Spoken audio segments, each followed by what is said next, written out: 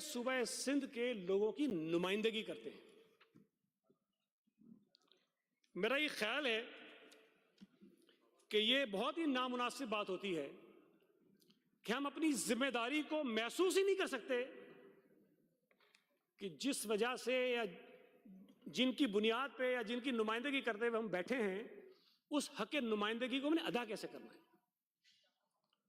Sir, तनकीद करने का हक बिल्कुल ऑपोजिशन को है, ये डट के करें, डट के करें। और हमने कभी उस पर बुरा भी नहीं मनाया, हमें उसे जवाब देने का हक है, हम देते भी हैं। लेकिन मैं ये समझता हूं कि किसी शख्स का नाम बिगाड़ना,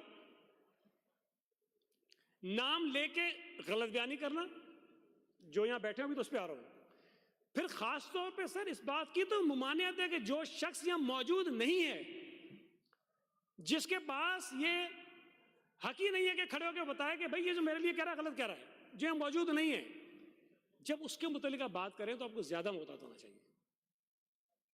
यहां मेयर कराची के लिए बातें की गई, तनकीद करें उसके काम पे, कोई मसला नहीं, इंसान है, गलतियां करता होगा। आपकी आप शेरियों की तवक्को तो पूरा नहीं होता होगा, ठीक है, फेयर एनफ। लेकिन जिस तरह नाम बिगाड़ बिगाड़ कर जिस किस्म की बातें कहेगी वो नामुनासिब है। मैं हमेशा कहता हूं जितनी जुबान आपके मुंह में होती है मेरे मुंह में, जो आप कहते हैं मैं भी कह सकता हूं, शायद आपसे ज्यादा कह सकता हूं। लेकिन हमें फिर वो जो इस हाल में बैठे हुई जो जिम्मेदारी हमारे सर पे ना, वो रोकती है कि ये बात आपके ने करनी है या आपने नहीं करनी है। लेकिन मुझे दुख होता है कि यहां से जो बातें कही गई, एक शेर से उन्होंने पढ़ा था, मैं पढ़ देता हूं लेकिन ये बार बार आपको शेर में याद दिलाता रहूंगा, मैं सिर्फ इसलिए कह रहा हूं, ये मेरा लिखा हुआ नहीं, यहां से पता नहीं 2-3 लोगों ने पढ़ा था। उसका दूसरा जो मिसरा था वो ये था, जिन्होंने बस्ती उजाड़ डाली कभी तो उनका हिसाब होगा। जिन्होंने बस्ती उजाड़ डाली कभी तो उनका हिसाब होगा। सर, हिसाब हो चुका है। जिन लोगों ने शहर को उजाड़ा था उनका हिसाब हुआ है। यहां जितने लोग हम बैठे ना सर, मैं बाहर से कुछ भी हूं, आप मुझे कुछ समझें, लोग मुझे कुछ समझें, मुझे पता है कि मैं क्या हूं, मेरी हैसियत का, मेरी ताकत का, मेरे वजन का मुझे सब पता है। ऐसा नहीं है कि जो दोस्त यहां बैठे हैं उनको अपने वजन का नहीं पता, पता है उनको आज की अपनी हैसियत का भी पता है, अपने वजन का भी उनको पता है। कम से कम थोड़ा उसका ख्याल कर लें। ये जो बस्ती जिन्होंने उजाड़ डाली थी, जो हिसाब हुआ है, उस हिसाब की बदौलत ही आप इस नहज में आए हैं। मेरे तो 2 दोस्त जो बात वो कह रहे थे, पता नहीं कल के यूनिट इंचार्ज के सामने नहीं बोलते थे, मेरा ख्याल है आप लोग उस वक्त एमक्यू में थे ही नहीं, शायद जाके रिकॉर्ड निकालें, चेक करवाएं उन दिनों को, उन रिकॉर्ड्स को। हमारे पास गनमैन नहीं होते थे, सिक्योरिटी गार्ड नहीं होते थे हमारे पास। जाकर उन दिनों में एमक्यूएम के लिए काम करने वाले लोगों से पूछें कि पीपुल्स पार्टी ने कराची में क्या क्या कुछ किया, क्या कुर्बानियां दी हैं। आप यूनिट इंचार्ज की बात करते हो, जिस कायद को आपने छोड़ दिया हम उसके खिलाफ बोलते थे, धड़ल्ले से बोलते थे। हमारी आपका हम कदर करते हैं, जो दुनिया से लोग चले गए उसके लिए मुझे कोई हक नहीं है कि मैं उसके लिए कोई बुरा भला कहूं। मैं आपसे गुजारिश करूंगा किसी दिन चलें हमारे साथ, पीपुल्स सेक्रेटेरिएट चलें, आपको मैं दिखाता हूं जो हमारे शोधा की गैलरी वहां बनी हुई है, तस्वीरें लगी हुई हैं, तारीख लिखी हुई है, कौन कौन कहां कहां शहीद हुआ, ये भी आपको बताएंगे कि किस किस तरह से हुआ था। यार, आप सारी बातें ऐसी कर रहे थे, लग रहा था कि हम किसी और दुनिया से आए लोग हैं, हमें पता ही नहीं कि शहर में क्या हुआ है, इस मुल्क में क्या हुआ है, पता ही नहीं है। तो आज आप चले गए, अच्छे आदमी निकल गए। इनकी तकरीर सुनने तो मुझे लग रहा था कि पता नहीं ये क्या है भाई, हम किधर थे जब ये मुल्क बना, मतलब हम कहां थे। नहीं, हमने सर देखें, मैं इस बात को मान लूं, अगर गलत बात यहां से भी किसी ने की तो नहीं करनी चाहिए, मोहतात होना चाहिए, ये सेंसिटिव इशू है। लेकिन मैं बार बार ये चीजें कहता रहा हूं, अपनी पहले की तकरीरों में कहता हूं, मुझे आदत नहीं है दोहराने की, लेकिन क्या करूं, यहां से दोबारा बात आ जाती है, मुझे दोबारा जवाब देना पड़ता है। सर, इस सूबे में जो तफरीक है, सिंधी मुहाजिर की उस तफरीक को खत्म करने की जिम्मेदारी सबसे ज्यादा हम लोगों की जो यहाँ बैठे हुए हैं। इस सूबे की या शहर की खास तौर पे जो बर्बादी हुई है, जाने गई हैं, जो आज कहते हैं कि बुरा हाल है, मैं एज अ सियासी वर्कर अगर उसका कोई एक सबब निकाल सका हूं ना, एक सबब वो ये है कि यहां रहने वाले लोगों में नफरतें डाली गई हैं। आप ये जो नफरत वाला पहलू निकालते हैं, आप बता दें, कोई फर्क नहीं होगा। जो लाहौर जिस तरह गए, हम लाहौर से ज्यादा के होते। जब तक ये नफरत यहां नहीं थी, जब तक ये खूनरेजी यहां पे नहीं थी, जब तक ये लिसानियत की बुनियाद पे लाशें यहां नहीं गिरती थी, कराची लाहौर नहीं पूरे पाकिस्तान के हर शहर से आगे था। आज हम आवाज ना करते लाहौर ऐसा हो गया, लाहौर ऐसा हो गया तो लाहौर इसलिए हो गया कि लाहौर में एमक्यूएम नहीं थी। लाहौर ऐसा इसलिए हो गया कि लाहौर में खूनरेजी नहीं थी, लाहौर में नफरतें नहीं थी, लाहौर में किसी को इसलिए नहीं मारा गया कि तुम्हारी जबान सिंधी है, तुम पश्तो बोलते हो, तुम पंजाबी बोलते हो तो मार दो। लाहौर में ये नहीं हुआ। लाहौर जिस तरह नेचुरल शहर तरक्की करते हैं, आगे बढ़ते हैं, वो बढ़ता गया। इस शहर को ब्रेक लग गई। ब्रेक नहीं लगी, हम पीछे चले गए। आज आप 25-30 साल की खूनरेजी के बाद, बर्बादी के बाद, तबाही के बाद कहते हैं कि हम ऐसे क्यों नहीं है। हम नहीं ऐसे। और आज भी बदकिस्मती की बात है कि आज भी हमने सबक नहीं सीखा कि जो कुछ हम इस शहर के साथ कर चुके हैं, कम से कम आगे तो ना करें। हमने तय किया हुआ है कि नहीं, हम ऐसे ही चलेंगे, बस हमने ऐसे ही चलना है। सर अब ऐसे ही चलेंगे तो कराची कोई एक बेजान सी कोई टेबल कुर्सी नहीं है कि सीएम साहब उठेंगे, उसको रंग पॉलिश कर देंगे, ठीक हो जाएगा। नहीं होगा।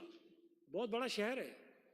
जब तक यहाँ रहने वाले लोगों में ये एहसास है, जिम्मेदारी हम पैदा करने में कामयाब नहीं होंगे कि ये हमारा शहर है, इसको हमने संभालना है, इसको हमने बनाना है, इसको हमने आगे बढ़ाना है, इसको हमने तरक्की देनी है, इसको हमने दुनिया का बेहतर शहर बनाना है। दुनिया की कोई ताकत इसको नहीं बना सकती अगर कराची के शहरी ना चाहें। सर मैं हमेशा एक मिसाल देता हूं कि हम अरबों रुपए खर्च करते हैं कराची की सफाई पे। कराची के शहरी अभी तय कर ले, अभी इस लम्हे, कि हमने कराची में गंदगी नहीं फैलानी, खुद ही उठानी, खुद ही रखनी है। आपको 1 रुपया खर्च करनी नहीं पड़ेगा, कराची साफ हो जाएगा। लेकिन अगर शहरी तय करने के नहीं, हमने साफ नहीं करना, आप सिंध हुकूमत का पूरा खजाना लगा दें, साफ नहीं होगा कराची, नहीं होगा साफ। हमें अपना किरदार अदा करना चाहिए और जो नफरतों का माहौल हम गर्म करते हैं उसको खत्म करना चाहिए। आज आप किसी भी शहर के लोगों से आते, मैंने तो नहीं सुना कम से कम, सिवाय कराची के जो हमारे मुखालिफिन हैं उनके, बर्बाद हो गया, बर्बाद हो गया, बर्बाद हो गया, बर्बाद हो गया, तबाह हो गया, तबाह हो गया, तबाह हो गया, खंडर हो गया, खंडर हो गया, खंडर हो गया। मेरी वो बाजी बैठी चली, वो कह रही थी कि सड़कें ऐसी हैं कि ऊंट दे दो मैं। खुदा को माने बाजी, आप ऊंट पे आती है क्या? मतलब गाड़ी में आती हैं। हो सकता है कोई एक आधी सड़क ऐसी हो जहां पे थोड़ा सा आपको मजा नहीं आता होगा, लेकिन जिन सड़कों पर चल के आते हैं वो कराची की सड़कें हैं, वो किसी और मुल्क की नहीं है। हमें आप यूनिवर्सिटी रोड पे तनकीद करते हैं, ठीक है, हमारे पास उसकी जस्टिफिकेशन है, लेकिन ठीक है, आप कहते हैं भी लोगों को तकलीफ है, आपका राइट है, आप करें। और गलियां सड़कें कोई टूटी हुई हैं उस पर आप तनकीद कर सकते हैं, लेकिन आपके इल्म में है, आप भी कराची के गली मोहल्लों से उठ के आए हैं। सर इस वक्त कराची शहर में बहुत बड़े पैमाने पर सुई गैस की जो कंपनी है वो रिहेबिलिटेशन का काम कर रही है। उन्होंने बेतहाशा गलियां खोद दी हैं, सारी बनी हुई सड़कें खोद दी हैं। आप लोगों को दिखा के कहते हैं देखो ये संदूक में बनानी रही है, वो भाई गैस की लाइन डल रही है वहां पे। अब क्या करें हम, ना डलने दें। मेरे अपने हल्के में हुई है, मैं नहीं चाहता था गली टूटे, लेकिन क्या करूं, लोग आ जाते हैं, हमारे घर में गैस नहीं आती, हमने मजबूरन कहा कि भाई काटो, डालो गैस की लाइन। ये पूरे शहर में हुआ है, सिर्फ किसी एक मेरे हल्के में नहीं, हर जगह हो रहा है। तो उसकी वजह से सड़कें टूटी हैं, खराब हुई हैं, वो ठीक करने की कोशिश करो। ये ऑनगोइंग प्रोसेस है। ये नहीं हो सकता कि कोई हम अचानक एक दिन सुबह उठें कराची की कोई गली कोई सड़क टूटी हुई ना हो। हम बनाते रहेंगे, खराब होती रहेंगी, हम बनाते रहेंगे, खराब होती रहेंगी। आज हमें, कल कोई और आएगा वो भी करता रहेगा, उससे पहले आपने भी ये कोशिश की होगी। तो कम से कम कराची का चेहरा जो दुनिया के सामने मस्क करते हैं ना सर, नहीं करना चाहिए। सर पता नहीं हमारे कुछ और वजीर भी होंगे, सीएम साहब भी थे, एक डेलीगेशन आया था कुछ अर्सा पहले यंग पार्लियामेंटेरियंस का, जिसमें नू लीग भी थी, पीटीआई भी थी, तमाम जमातों के पार्लियामेंटेरियंस में आए। चीफ मिनिस्टर हाउस में उन्होंने मीटिंग की। पीपल्स पार्टी के लोगों ने नहीं, जो दीगर जमातें थी जो मेरे मुखालिफ हैं, उन्होंने कहा कि जो हमने कराची के मुतालिक सुना था, कराची वैसा तो नहीं है। तो मैंने कहा अच्छा है कि बुरा है? तो कहने लगा नहीं, उससे अच्छा है जो हमने सुना था। कराची के अलावा जितने साफ़ी आते हैं जो विजिट करते हैं सूबा सिंध का, मुख्तलिफ इलाकों का, मुझे कोई एक बता दें जो ये कह के जाता हो कि जी जिस तरह सूबा सिंध का हमें बताया गया था उससे तो बहुत बेहतर है। सर मैं हमेशा एक बात करता हूँ और ये बात इसी तरह चलेगी। देखिए ये जितने दोस्त बैठे हैं ना, हम सोने के बन जाएं, कराची की सड़कें आप बिल्कुल सब ठीक कर दें, इन्होंने तनकीद करनी है, कोई ना कोई जाविया निकालना है तनकीद का। शारा बुटोतरी बन गई रची, अब क्या परेशानी क्या है? हमारे लिए थोड़ी बनी है, ये दो सोसाइटियों के लिए बनी है। अरे खुदा को मानो पर मत चलो उसके ऊपर भाई। सफर भी सब करेंगे, इस्तेमाल भी सब करेंगे, लेकिन तनकीद करेंगे। तो ये तनकीद होती रहेगी, इनका काम यही है, इनको करना चाहिए। ऑपोजिशन में ये कर रहे हैं ना। हमारे पास जो पैमाना है जो होना चाहिए वो ये कि क्या सूबा सिंध के अवाम, कराची शहर के अवाम आपके उस काम को तस्लीम कर रहे हैं कि नहीं कर रहे हैं। और उसका सबूत क्या होता है? सबूत ये होता है कि जब इंतखाबात होते हैं तो लोग अपना इजहार करते हैं राय का और आपको वोट देते हैं। आज मैं ये दावे से कह सकता हूं कि पीपल्स पार्टी कराची की इस वक्त सबसे बड़ी सियासी जमात है, कोई माने ना माने है। ऐसे ही नहीं बने हम, ऐसे ही नहीं बने हम। हमने काम किया है डिस्ट्रिक्ट सेंट्रल में, जहां ये कभी कोई गुजरने किसी को घुसने नहीं देते। आप नहीं, वो पहले वाले जो थे 2016 से पहले वाले, अगस्त 2016 से पहले वाले, आप तो सही हैं। तो किसी को घुसने नहीं देते थे। वहां हमारी यूसी की सतह पर तंजीम बन चुकी है। एक एक यूसी में पीपल्स पार्टी की तंजीम है, जो कभी हमने सोचा भी नहीं था। ये ताहा साहब नाम गिना गए, सुमेता, अली राशिद, बिरादार, यूं यूं करके कि भाई वो सेलेक्ट चले गए। मैं ये भी आपको दावे से कहता हूं, आपने तो 4 से 7 8 नाम गिनाए ना। कराची शहर में अगर आप सिर्फ क्लेम करते हैं उर्दू बोलने वाले आपके जो शहरी भाई बहन हमारे हैं, उनकी एक वाज़ेह अक्सरियत पीपल्स पार्टी में है। ये तो 4 से नाम आपने गिनवाए, हजारों लोग हमारे पास हैं। ये जो आपने तकरीर की उसकी नफी तो ये बात करती है कि शहर में वो उर्दू बोलने वाले जिनको लड़ाया गया, जिनके जहनों में, दिलों में पीपल्स पार्टी के लिए बुग़्ज़ भरा गया, उनको ये पता चल गया, उनको ये एहसास हो गया है कि कौन उनका खैर ख्वाह है, कौन उनका दुश्मन है। दुश्मन तो नहीं है, बदख्वाह है। दुश्मन को ज्यादा सख्त लफ्ज़ है शायद, कि बदख्वाह उनका। आज पूरे शहर में पीपल्स पार्टी को लोगों ने जोक दर जोक ज्वाइनिंग की है, और जिसमें बहुत बड़ी तादाद उर्दू बोलने वाले हमारे भाइयों की, बहनों की है। आपकी वो इस नफरत अंगेज बातों में अब नहीं आ रहे हैं, जो किसी जमाने में बहुत बिकता था चूरमा, अब नहीं बिक रहा है। उन्हें अंदाजा हो गया है। आज अल्लाह का शुक्र है कि पाकिस्तान पीपल्स पार्टी को बल्दियात में, कौमी असम्बली में, सूबाई असम्बली में लोग वोट देते हैं। बार बार एक बात कही जाती है कि मेयर कैसे लेके आ गए, मेयर कैसे लेके आ गए। भाई फारूक साहब, आपको पता होगा, फिर बताता हूं। 367 का वो हाउस है, 367, 155 पीपल्स पार्टी के पास है, 131 जमात इस्लामी के पास है, 62 पीटीआई के हैं जिसमें 2 ग्रुप हैं, और बाकी नून के हैं, जेयूआई के हैं, थोड़े थोड़े मिला के इनके हैं। ये बात मैं उस वक्त कह चुका हूं, और ये हमारे साफी दोस्त हैं, उनके पास शायद रिकॉर्ड में कभी मौजूद होगी ये चीज। जब ये इंतखाबात हुए तो जमात इस्लामी का एक वक्त जाके मिला इमरान खान से, और वहां पे ये ऐलान हो गया कि पीटीआई जो है वो हाफिज नईमुर रहमान साहब को वोट देगी। उनकी मर्जी थी, उनका हक करें। उसके बाद भी, ऐलान करने के बाद भी, जो पीटीआई के 62 लोग थे, उनकी कोई एक मीटिंग नहीं की गई। उनको बुला के ये नहीं कहा गया कि तुमने वोट किसको कर रही। मैं नहीं कह रहा हूं, ये उस वक्त पीटीआई के जो ग्रुप बना हुआ था उसके अंदर ये चीजें चली और सोशल मीडिया पे आई, और फिर जो हमारे साफी भाई हैं उन्होंने चलाई कि जी वो लोग तो आपस में लड़ रहे हैं इस बात पे कि कम से कम हमें कहो तो सही। अब ये रेहान साहब, अच्छा अब तो बाजियाब हो गए ना, प्लीज प्लीज, अब तो बाजियाब हो गए ना साहब ना करें प्लीज, अब अगर बाजियाब हो गए तो कहलवा दो किसी से, क्या अगवा हो गया था। एफआईआर क्यों नहीं कराई आपने अगवा की? किसी एक ने करवाई है? सुने सर, एक सेकेंड, जो बात में बुनियादी कह रहा हूं कुछ समझे आप। ये समझते थे कि इमरान खान ने ऐलान कर दिया कि पीटीआई के लोग जो हैं वो हाफिज नईमुर रहमान साहब को वोट दें, तो ये जिम्मेदारी पीपल्स पार्टी की बनती है कि उन 62 लोगों को पकड़े और हाफिज नईमुर रहमान को जाके वोट डलवाए। तो खुदा को मानो भाई, सियासी कारकुन है, हर आदमी को यह हक है कि अपना उम्मीदवार जिताने की कोशिश करे, हर जाके अपने वोटर से वो बात करे। हमने बात की है, मैंने पहले ही माना, मैं आज भी मानता हूं कि मैंने बात की है, कोई अगवा नहीं हुआ। हमें पता चला तो आपके लोग नाराज हैं, हमने उनसे राब्ता किया, हमने राब्ता किया उनको और उन्हें कहा कि भाई हम चाहते हैं कि हमें वोट को। वोट नहीं किया हमें, उन्होंने वोट नहीं किया हमें, उन्होंने हमें वोट नहीं किया। ये बात मैं पहले मान चुका हूं, मेरा हक है ये। मुझे फारूक भाई पता चलेगा ना जमात से नाराज हो गए, मैं आपसे मिलूंगा आके, मैं आके कहूंगा कि भाई मुझे वोट करें आप, मेरा हक है नहीं है, आप ना दें मुझे वोट, लेकिन मैं आ तो सकता हूं ना आपके पास। हमने कोशिश की।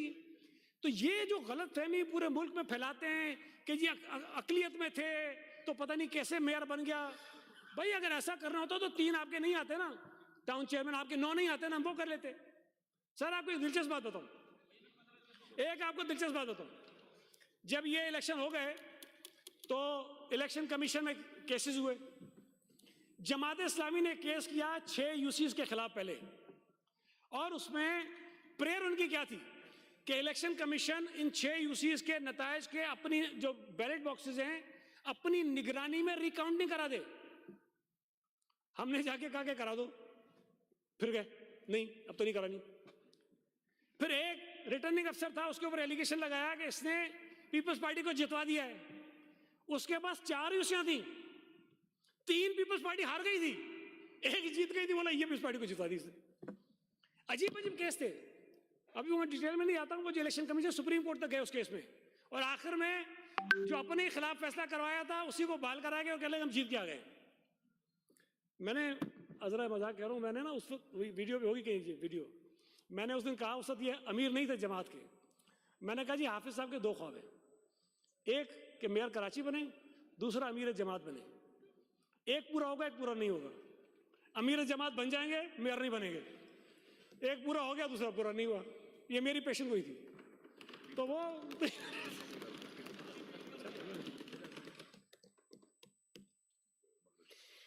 सर मेरी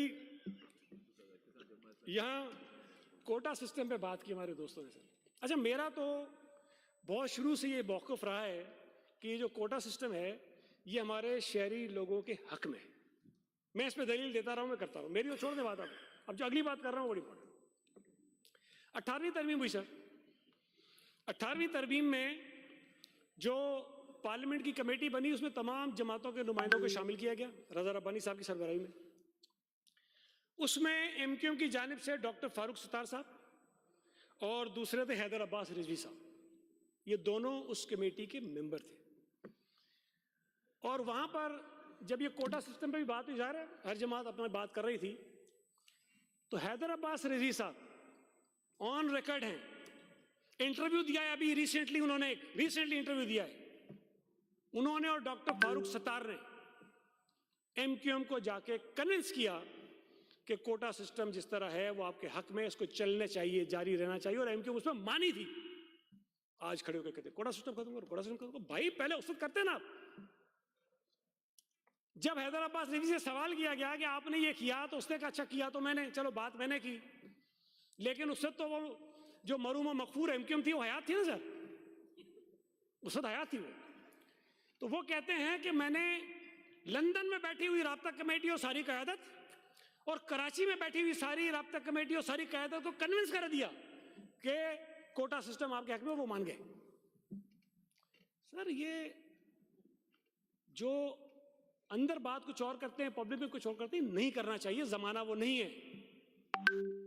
आपने इस कोटा सिस्टम को तस्लीम किया है, इसको माना है आपने। मैं उस बहस में नहीं जाता हूं कि कहते भुट्टो साहब ने कर दिया, भुट्टो भाई बहस लंबी बहस है, ये उससे पहले का काम है, ये उससे पहले का काम है। जब पाकिस्तान बना था तब से ये काम चल रहा था। लेकिन आज का इस वक्त जो कोटा सिस्टम नाफिज है इस मुल्क के अंदर, उसमें एमक्यूएम उसकी हिमायती है। एमक्यूएम ने 18वीं तरमीम में उसको एक्सेप्ट किया और रजामंदी से एक्सेप्ट किया उसने, और बकौल हैदर अब्बास रिजवी साहब के कि हमने और फारूक सत्तार ने बैठ के सबको कन्विंस किया और वो राजी हुए। और हैदर अब्बास रिजवी साहब तो आज भी कह रहे थे, उस इंटरव्यू में कह रहे थे कि मैं अब भी इस बात पे कायल हूं कि ये कोटा सिस्टम हमारे हक में बेहतर है। तो बराए मेहरबानी मेरी जबानी जो बातें कहीं उसको ना माने, लेकिन जो बातें आपके लोग कह रहे हैं, आपकी मीटिंग्स में कह रहे हैं, जिसको आप तस्लीम कर चुके हैं, रजामंदी से तस्लीम कर चुके हैं, अब नहीं कह सकते कि ये जबर की शादी थी। जबर की शादी नहीं थी, ये राजी खुशी होकर शादी की थी। एक हमारे वो दोस्त बैठे, ताज़ा आ गया, मेहरबानी आपकी। एक साहब हमारे कह रहे थे, वो भुट्टो साहब ने कहा इधर हम उधर तुम।